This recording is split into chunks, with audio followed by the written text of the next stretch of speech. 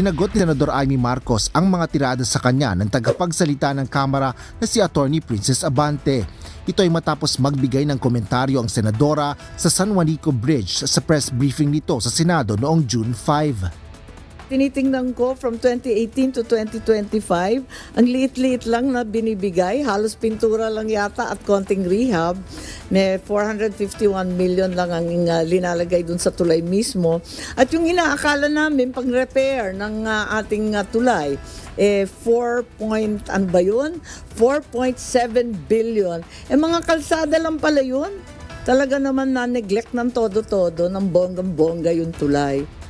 Ngunit sa press briefing ng Kamara noong Miyerkules, dinipensahan naman ng spokesperson nito si Leyte 1st District Representative at House Speaker Martin Romualdez.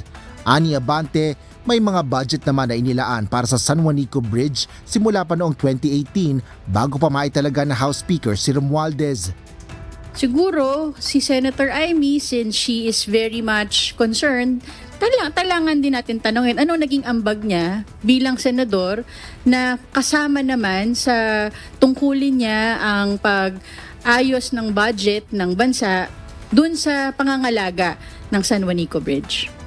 Tugon naman ni Senador Amy Marcos matapos ang ilang pag-usisa sa kondisyon ng naturang tulay, DEDMA o walang pakialam ang Department of Public Works and Highways at ang House Speaker.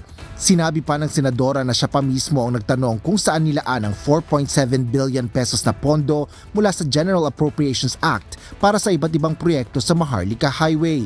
Sentimiento pa nito na ang San Juanico Bridge ay binuo ng kanyang ama na simbolismo ng katatagan at pagtutulay ng kalinga ng pamahalaan papunta sa mga mamamayan. Ngunit ngayon anyang pinagdududahan ng tibay at serbisyo ng tulay ay si Senador Amy pa rin ang hinahanapan ng solusyon.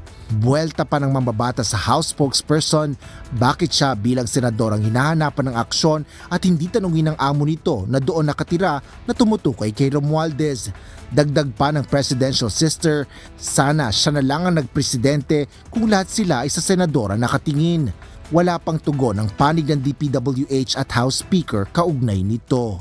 Asher Cadapan Jr., UNTV News and Rescue. Diyos ang aming sandigan, serbisyo publiko ang aming pinahalagahan.